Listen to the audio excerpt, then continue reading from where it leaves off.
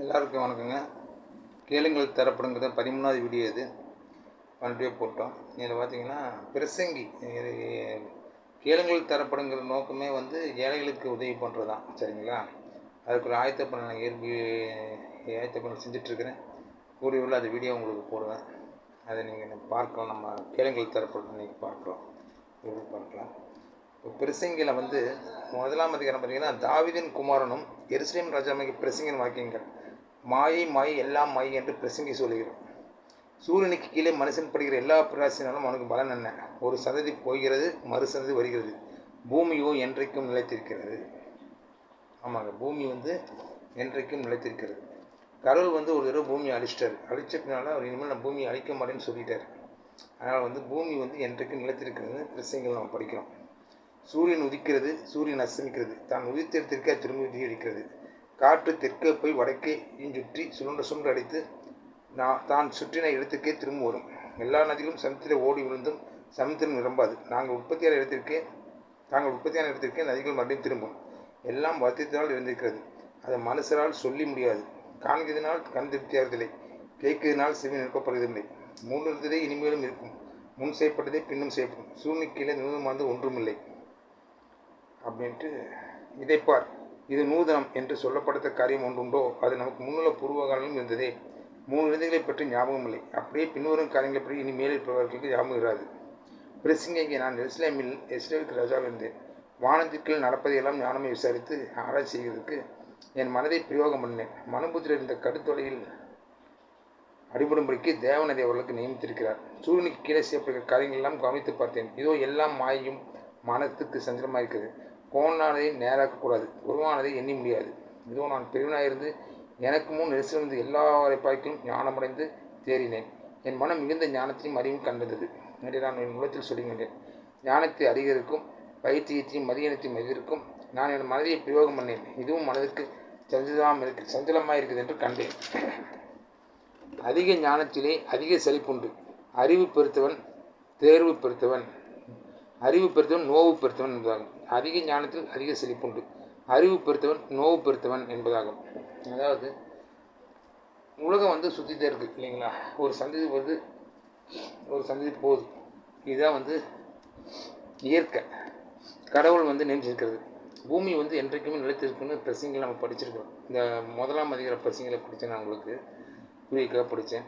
இப்போ பைபிளுக்கு நம்ம ஒவ்வொரு வசனையும் படிக்கிறப்போ நமக்கு பல்விதமான சந்தேகங்களுக்கு விளக்கங்களை தெளிவாக சொல்கிறாங்க. அது நீதிமொழிகள் வந்து படித்து பார்த்தீங்கன்னா, நீதிமொழியில் வந்து ஒரு மனிதன் வந்து எப்படி வந்து வாழணும், ஒரு மனிதன் பிறந்த எப்படி தன் கடமை ஆட்டணும், எப்படி வந்து அவன் மறுபடியும் ஏதேன் போகிறதுக்கு என்ன வழி இருக்குது அப்படிங்கிறது தெளிவாக நீதிமொழிகள் வந்து விளக்குது. அதை நான் இப்போ 3 தடவை படித்து முடிச்சுட்டு மறுபடியும் ஆரம்பத்துலேருந்து படிச்சுட்ருக்கிறேன். அந்த மாதிரி வந்து கடவுள் வந்து இந்த பைபிளில் வந்து நம்ம வாழ்க்கை முறையை வந்து சொல்லி கொடுத்துருக்காரு. நமக்கு வந்து நம்ம வாழ்க்கை முறை தெரியணும் அப்படின்னா நம்ம கடவுளோட வீட்டுக்கு போகணும், கோயிலுக்கு போகணும். வாரத்துக்கு ஒரு தடவையாவது கோயிலுக்கு போகணும். கோயிலுக்கு போய் கடவுளோட வீட்டுக்கு போகணும். அங்கே போய் கொஞ்சம் மன அமைதியாகிட்டு ஒரு வீட்டுக்கு வந்தீங்கன்னா டெய்லி வந்து பைபிள் படிச்சுட்டு படித்தீங்கன்னா பைபிளில் வந்து எப்படி வாழணும் அப்படிங்கிறது இருக்குது. நமக்கு வந்து தூதுவர் தேவையில்லை. கடவுளுக்கும் நமக்கு வந்து எந்த தூதுவரும் புரோக்கரும் தேவையில்லை. நம்ம கடவுளோட ஆலயத்துக்கு போகணும், பைபிள் படிக்கணும், கடவுள்கிட்ட வரணும், அவ்வளோதான். சரிங்களா? மற்றபடி பிரசங்கியார்கள் அவங்க இவங்க அப்படின்லாம் நம்ம அவங்க பின்னால் போனோம்னா அவங்களோட வளர்ச்சிக்கு அது உதவணும் ஒழிய நம்மளோட ஞானத்துக்கு வந்து அது உதவாது. இந்த உலகத்தில் எத்தனையோ பேர் இருக்கிறாங்க, ஆனால் யாரும் ஏழைகளை பற்றி செஞ்சு வச்சுக்கிறாங்களா? ஏழை இந்த 10% பேர் 3 வேளை சாப்பிட்லிங்க. அதை நினச்சாலே மனசு கஷ்டமாக இருக்குது. எனக்கு ஒரு வேளை சாப்பிட்னாலே ரொம்ப மயக்க வர மாதிரி இருக்குது, ரொம்ப கஷ்டமாக இருக்குது. 3 வேளை எப்படிங்க சாப்பிடாமல் இருக்க முடியும்? 2வது தங்கறதுக்கு இடம்லாம் இருக்கிறாங்க, கஷ்டப்படுறாங்க. என்ன பண்ணுறதுன்னு எனக்கு புரியல. இருந்தாலும் அதுக்கெல்லாம் ஒரு வழி தீர்வு ஏற்படுத்தணும். அந்த முயற்சி தான் இறங்கியிருக்கிறேன். அது கடவுள் வந்து எனக்கு உதவி வருவான்னு நினைக்கிறேன். நான் கண்டிப்பாக செய்வேன். அதை உங்களுக்கு வீடியோவாக போடுவேன், பாருங்கள்.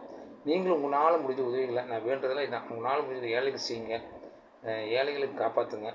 ஏழைகளுக்கு வந்து உடுக்க உறவிட தர முடியனாலும் ஏதோ பழைய ஆடைகள் ஏதாவது ஆடைகள் கொடுக்கலாம், சாப்பாடு ஏதாவது உங்களால் முடிஞ்சதை செய்யலாம். நீங்களும் நானும் செய்கிறேன். நம்மளை பொறுத்தளவுக்கு ஏழைகள் வந்து இருக்கக்கூடாது, யாரும் வந்து கையேந்தக்கூடாது, எல்லாம் நல்லா இருக்கணும்.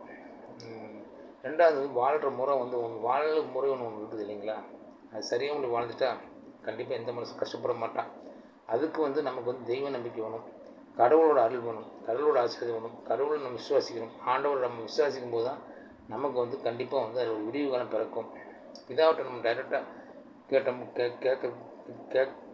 பிதாவிட்ட நம்ம டைரெக்டாக கேட்டு நம்மளால் பெற முடியாட்டாலும் நம்ம ஆண்டவரை இயேசு கிறிஸ்து அவர் குமாரன்ட்ட நம்ம முறையிட்டோம்னா அவர் நமக்கு வந்து மன்னிப்பு கொடுக்குறாரு.